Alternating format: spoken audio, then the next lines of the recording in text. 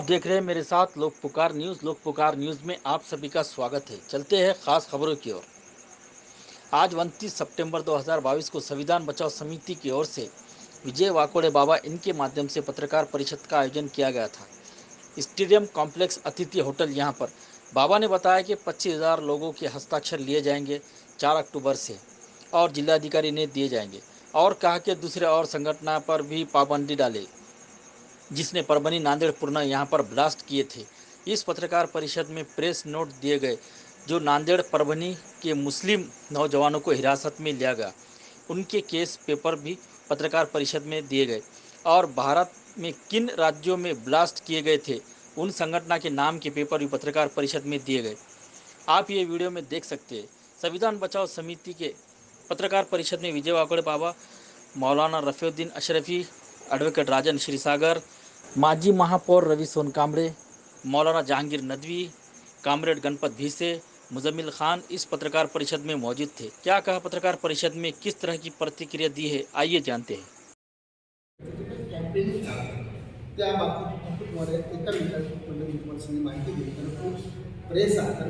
प्रेसच्या समोर हा विषय येणं गरजेचं आहे।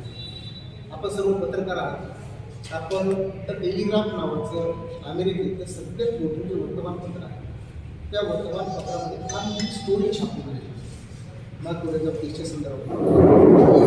इथंही आहे देशभरातले सगळे कार्यकर्ते अटक आहेत आणि या प्रकरणात सुद्धा देशभरातले कार्यकर्ते त्या नागपूरच्या घटनेचा आताच्या घटनेचा जो संबंध आहे तो तिकडे आहे तिकडे आहे काय आहे टेलिग्राफला सविस्तरपणे स्टोरी छापली। आर्सेनल फॉरेन्सिक लॅब नावाची अमेरिकेतील कंपनी त्या लॅबमध्ये रिपोर्ट दिलेला आहे की यातील जे काही कार्यकर्ते त्यांचे लॅपटॉप कसे हॅक केले गेले, म्हणजे मित्र होतो अगोदर गृह मंत्रालयाचं त्या निर्देशित ठरतं की कुठल्या संघटनेला टार्गेट करायचं, कोणत्या कार्यकर्त्याला टार्गेट करायचं आणि नंतर लॅपटॉपमध्ये प्लॅन केल्या जातं।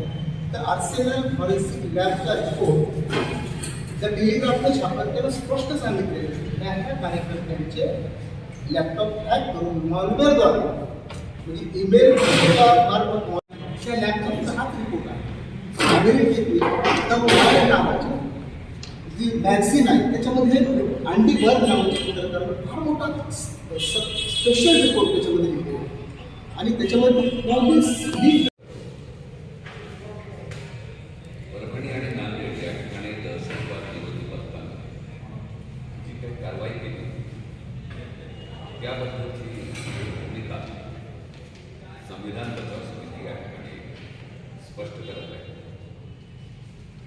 संविधान समिति के माध्यम से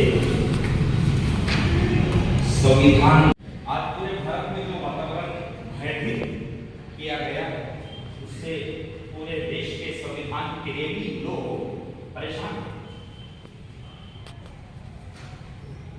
हम ये देख रहे हैं कि जो एजेंसी संविधान को बचाने के लिए काम करना चाहिए वही एजेंसियां जो कार्य कर रहे हैं, समाज में पेड़ निर्माण कर रहे हैं, वो मनोवाद पे नहीं चलता, वो इसके उसके मशवरे पे नहीं चलता, वो मनमानी नहीं चलता।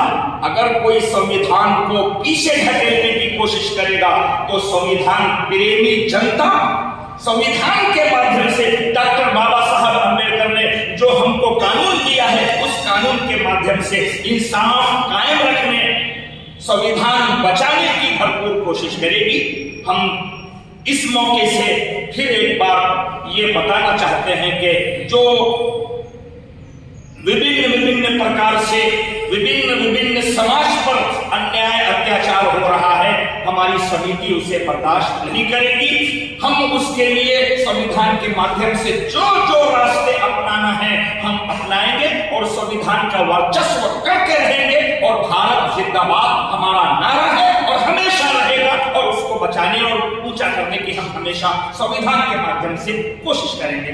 समाजावर अन्याय न करता जे अतिरेकी असतील, जे देश विघातक कृत्य करतील अशा सर्वांना सर्वांवर कारवाई करावी अशी मागणी आज आमची समिती करत आहे. या ठिकाणी 5 अल्पसंख्याक समाजाची तरुण उचलले गेले. आता आम्ही तुम्हाला ती FIR कॉपी देणार आहोत. त्या FIR मध्ये जे नोंद केलेली आहे, जसं प्रत्येक सामाजिक संघटना, राजकीय पक्ष आंदोलन करतो, निदर्शने करतो, धरणे आंदोलन करतो, या सरकारच्या विरोधात निदर्शने करून आपल्या मागण्या पत्रात पाडून घ्यायसाठी आंदोलन करतो. या सगळ्या आंदोलनाच्या केसेस त्या FIR मध्ये टाकलेल्या आहेत. आणि ज्याच्यामुळं अनेक लोकांना असा प्रश्न पडला होता की हे 5 लोक उचलण्यामध्ये यांच्याकडून काय शस्त्रांचं जप्त झाले की देशविरोधी काही कागदपत्र जप्त झाले, असं काही त्या FIR मध्ये नाही. त्या लांबून जाऊन ते FIR त्या ठिकाणी आणण्यात आला. त्यामध्ये कसलंच काही नाही. त्यामुळे हे सगळं षडयंत्र आहे, अल्पसंख्याक समाजाला भीती दाखवण्याचा प्रकार आहे. आणि या सर्व प्रकाराच्या विरोधात जे संविधानप्रेमी नागरिक आहेत ते सर्वांच्या 25,000 लोकांच्या सह्यांचं निवेदन आम्ही 4 तारखेला जिल्हाधिकारी यांना देणार आहोत. 25,000 लोकांच्या सह्यांचं निवेदन आम्ही 4 तारखेला देणार आहोत. आणि 26 नोव्हेंबर हा बाबासाहेब आज राज्यघटनेचा हा दिवस आहे, ज्या दिवशी बाबासाहेबांनी या देशाला घटना बहाल केली. त्या 26 नोव्हेंबरला 1 लाख लोकांची संविधान बचाव रॅली ही आम्ही परभणी शहरामध्ये काढणार आहोत. तसंच त्या अगोदर राज्यव्यापी संविधान बचाव परिषद आम्ही या ठिकाणी घेणार आहोत. त्या संविधान बचाव परिषदेमध्ये या देशातील मान्यवर लोक, त्या 10 सोळंके असतील, कोळसे पाटील असतील, आमचे सगळ्या समाजातील मान्यवर लोकांना आम्ही त्या ठिकाणी पाचारण करणार आहोत. आणि हे सगळे कार्यक्रम आम्ही या 26 नोव्हेंबरच्या आधी परिषद होणार आहे. या परिषदेची तारीख आम्ही लवकरच करू. पण 26 नोव्हेंबर या दिवशी मात्र किमान 1 लाख लोकांची रॅली आम्ही संविधान बचाव रॅली या ठिकाणी काढणार आहोत. आणि भयमुक्त वातावरण झालं पाहिजे. या सगळ्या समाजाला सन्मानानं जगता आलं पाहिजे. सगळ्या समाजामध्ये भीतीचं वातावरण निघून गेलं पाहिजे. आणि पक्षपात या सरकारने करता कामा नये. भगवान दहशतवाद, त्या दहशतवादाच्या विरोधात कडक कारवाई झाली पाहिजे अशी आमची संविधान बचाव समितीची मागणी आहे. आणि या ठिकाणी आम्ही ज्या ठिकाणी मौनपोट झालेले दोषारोप कोणावर त्याची बी एक कॉपी आपल्याला देणार आहोत. FIR ची कॉपी आपल्याला देणार आहोत. आणि सर्व जाती धर्माचे आमचे जवळचे संबंध आणि जो कोणी या देशाला सोडण्याची भाषा करेल, जो कोणी या देशाविरुद्ध वागण्याचं काम करेल, तो कोणीतरी असेल तर त्याच्यासाठी आम्ही कधी रस्त्यावर येणार नाही, त्याची बाजू आम्ही कधी मांडणार नाही. पण जे निरपराध ज्यांच्या विरुद्ध काही सबळ पुरावा नाही अशा लोकांना मात्र आपण टार्गेट करून जर त्यांना अटक करत असाल ही बाब निश्चितपणे निषेधार्ह आहे. आणि यासाठी आम्ही सर्वजण संविधान बचाव समितीच्या वतीने उद्या 4 तारखेला प्राथमिक स्वरूपात आम्ही 25,000 लोकांच्या सह्यांचं निवेदन कलेक्टर यांना देणार.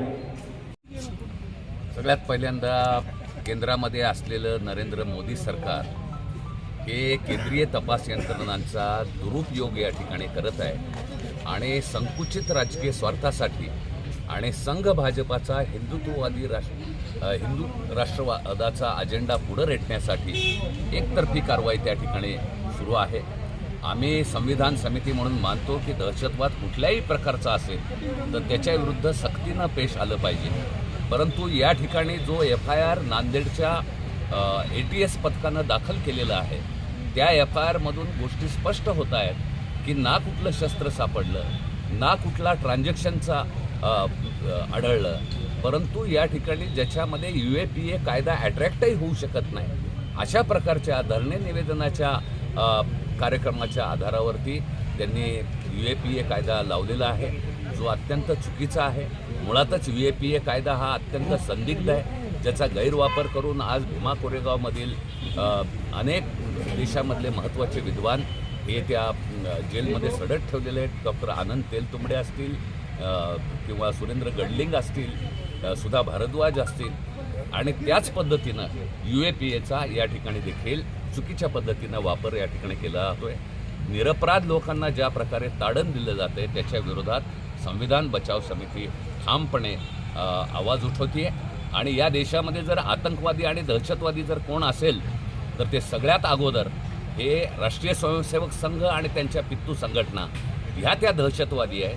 समझोता एक्सप्रेसवरचा हल्ला असेल, मालेगाव बॉम्बस्फोटामधला हल्ला असेल, जो तपास शहीद हेमंत करकरेंनी केला त्या तपासामधले जे दोषी लोक आहेत त्यांना तर संसदेपर्यंत हे भाजप सरकार त्या ठिकाणी पोहोचवत आहे. आमची मागणी आहे की या अशा प्रकारच्या दहशतवादी कृत्यांमध्ये असलेल्या ज्या सगळ्या संघटना आहेत, ज्याच्यामध्ये संघ परिवाराच्या संघटना आहेत, सनातन सारख्या संस्था आहेत, त्यांच्याविरुद्ध देखील बंदीची कारवाई कडकपणानं त्या ठिकाणी झाली पाहिजे आणि निरपराध लोकांना त्या ठिकाणी दहशत बसवणं बंद केलं पाहिजे. शेतकरी आंदोलनात देखील हे स्पष्ट झालेलं आहे की या सरकारची नीती अशी आहे, शेतकरी म्हणजे देशद्रोही, मुस्लिम म्हणजे आतंकवादी, दलित म्हणजे नक्षलवादी, या पद्धतीनं जो दृष्टिकोन ठेवून करण्याकरता जो खेळ चाललेला आहे त्याच्या आम्ही ठाम विरोधात आहोत.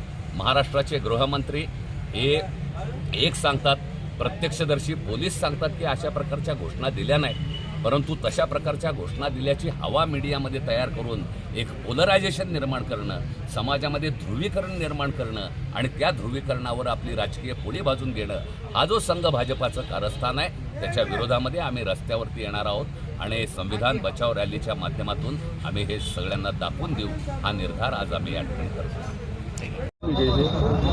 इसका मकसद क्या है और किस तरह से आह्वान जनता को भी करने वाले नहीं, जो एक 8 दिन से परभनी शहर में कुछ अल्पसंख्यक समाज के बच्चों को उठाया गया और शहर में दहशत का वातावरण जो तैयार हो गया है, इसलिए आज संविधान बचाओ समिति की ओर से हमने यहाँ पत्रकार परिषद का आयोजन किया। हमारा ये कहना है कि दहशतवाद, चाहे हरा दहशतवाद हो या भगवा दहशतवाद हो, इस दहशतवाद के खिलाफ हमारी संविधान बचाओ समिति काम कर रही है और हम सारे समाज को एक जगह करके भय मुक्त और दहशत मुक्त वातावरण निर्माण करने का हम प्रयास कर रहे हैं। जो बच्चे निरपराध है उनका नांदेड़ से हमने एफआईआर की कॉपी लाए, जिस एफआईआर के कॉपी में धरने, निदर्शने, इस जैसा कोई आम राजकीय पार्टी, सामाजिक पार्टी कार्यक्रम करती है, आंदोलन करती है, वैसे आंदोलन के चार्जेस है, उनके ऊपर कोई ऐसा देश विरोधी कागज़ पत्र वहाँ पर नहीं मिले हैं या कोई शस्त्र नहीं मिले हैं, इसका पूरा एफआईआर के कॉपी में उल्लेख किया गया है। इसलिए जो निरपराध बच्चे उनको छोड़ दिया जाए और देश में जो नफरत की राजनीति चल रही है कि एक समाज को टारगेट किया जा रहा है, हम उसका निषेध करते हैं और यहाँ पर जो भी संगठन है दहशतवादी हिंद देश में, वो आरएसएस हो या बजरंग दल हो या अभिनव भारत हो या वंदे मातरम संगठन हो, ये सारे संगठन के खिलाफ पूरे देश भर में चार्जेस है। मालेगांव बम स्फोट से नांदेड़ है, पूर्णा है, परभनी है, इन सभी में इन सभी लोगों का हाथ ये सिद्ध हो गया है। और फिर भी आज एक समाज को टारगेट करना ये कहाँ तक सही बात है, और इसलिए ये पूरा वातावरण, इसकी इन्वेस्टिगेशन पूर्व न्यायाधीश के तरफ से जांच की जाए, यूपीएपी जो कायदा है वो कायदा रद्द किया जाए, निरपराध बच्चों को छोड़ दिया जाए। इसलिए 25,000 लोगों का दस्तखत के साथ कलेक्टर साहब को 4 तारीख को हम सब लोग निवेदन देने वाले हैं। उसके बाद यहाँ पर राज्यव्यापी संविधान बचाओ परिषद यहाँ महाराष्ट्र लेवल पे हम परभनी में करने वाले हैं और 26 नवंबर को 1 लाख लोगों की संविधान बचाओ रैली हम परभनी शहर में निकालने वाले हैं। चलते हैं अगली खबर की तरफ से। परभनी शहर के पाथरी रोड स्थित भाजी मंडी यहाँ पर एक ट्रक को अचानक आग लगने की वजह से खासी परेशानी का सामना यहाँ के लोगों को करना पड़ा है और जिस तरह से ये वाकया हुआ है, इस वक्त बड़ी तादाद में यहाँ पर लोग मौजूद थे। परभनी शहर के पाथरी रोड यहाँ के भाजी मंडी यहाँ पर एमएससीबी का एक तार ट्रक को लगने की वजह से ड्राइवर के उंगली को शॉट लग गया है और ड्राइवर के उंगली को शॉट लगने की वजह से ये ड्राइवर, इसके उंगली और पैर को मार भी लगा है और ड्राइवर को शॉट लगने की वजह से ये ड्राइवर तो परभनी शहर के सामान्य अस्पताल में एडमिट है। ड्राइवर का नाम उस्मानाबाद जिले का है बताया जा रहा है और ट्रक का ड्राइवर पिपलगांव तालुका कड़म जिला उस्मानाबाद यहाँ का बताया जा रहा है और इस ट्रक चालक का नाम राजन सोपावन बारगुले बताया जा रहा है। और ये इस ट्रक ड्राइवर को किसी तरह की कोई तकलीफ नहीं है। ये घटना परभनी शहर के पाथरी रोड यहाँ पर हुई है और ट्रक ड्राइवर को पूरी तरह से महफूज रखा गया है। ट्रक ड्राइवर परभनी शहर के सामान्य अस्पताल में एडमिट है और इस ट्रक ड्राइवर से हमारे खास प्रतिनिधि रियाज कुरैशी इन्होंने जब मुलाकात की तो आइए जानते हैं किस तरह की प्रतिक्रिया इस ट्रक ड्राइवर ने दी है। और मौके पर जैसे ही पुलिस महकमे के लोग, अग्निशमन दल के लोग यहाँ पर पहुंचे हैं और इन लोगों ने उस आग को पूरी तरह से बुझाया है और उस आग को बुझाने में कामयाबी भी हासिल की है। जिस तरह से ये इंसिडेंट हुआ है, अचानक आग लगने का मामला एमएससीबी के महावितरण कंपनी के एक पोल का तार लगने की वजह से इस ट्रक का नुकसान हुआ है और इस ट्रक को आग लग गई है, जिसकी वजह से इस ट्रक के अंदर जितने भी यहाँ पे कैरेट रखे हुए थे वो कैरेट पूरी तरह से जलकर खाक हो गए हैं और कैरेट के साथ में इस ट्रक के टायर भी कुछ नुकसान, इस गाड़ी के टायर का भी नुकसान हुआ है ऐसा भी बताया जा रहा है। लेकिन मौके वारदात पर जैसे ही परभनी शहर महानगर पालिका का अग्निशमन दल और नानालपेट पुलिस स्टेशन की टीम यहाँ पर वारदात की जगह पर पहुंची और पूरी तरह से सतर्कता बरताई गई है और जिस तरह से महफूज इन लोगों को किया है, इस ट्रक ड्राइवर की चालाकी की वजह से, इस ट्रक ड्राइवर की सूझबूझ की वजह से ज़्यादा कुछ नुकसान तो नहीं हो सका। लेकिन ट्रक ड्राइवर को एडमिट किया गया है और ट्रक में का जितने भी कैरेट्स रखे हुए थे ये तो जलकर खाक हो गए हैं। किसी तरह का कोई माली और जानी नुकसान नहीं हुआ है इसके अलावा, ऐसा भी बताया जा रहा है। आइए जानते हैं किस तरह की प्रतिक्रिया इस ट्रक ड्राइवर ने दी है।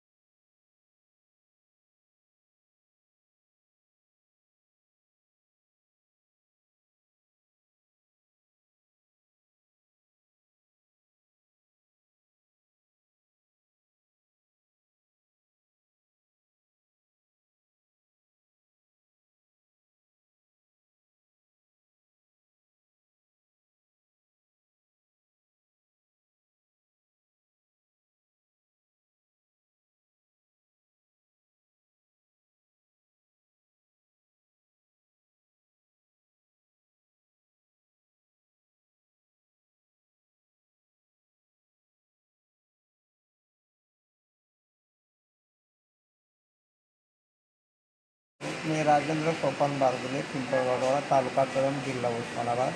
तर भाजी मार्केटला कॅरेट घेऊन आलो परभणीला. ते गाडीला वरती एमएससीबीचा करंट बसून ते मला थोडासा करंट लागला पायाला आणि ह्याला आणि कॅरेट जळाले तर. बाकी काही नुकसान नाही गाडीचं. टायर जळाले तर बाकी काही नाही. मला थोडं नॉर्मल आहे, जास्त नाही. जीवाचं काय नुकसान काय झालं नाही? हां जीवाचं काय नुकसान? नाही नाही नाही दुसरं काय नुकसान झालं नाही. व्यवस्थित आहे, मी वाचले बाजूला. बाकी काही नाही. कोणत्या गावाचे? कळंब, दोळा पिंपळगाव तालुका कळंब, जिल्हा उस्मानाबाद.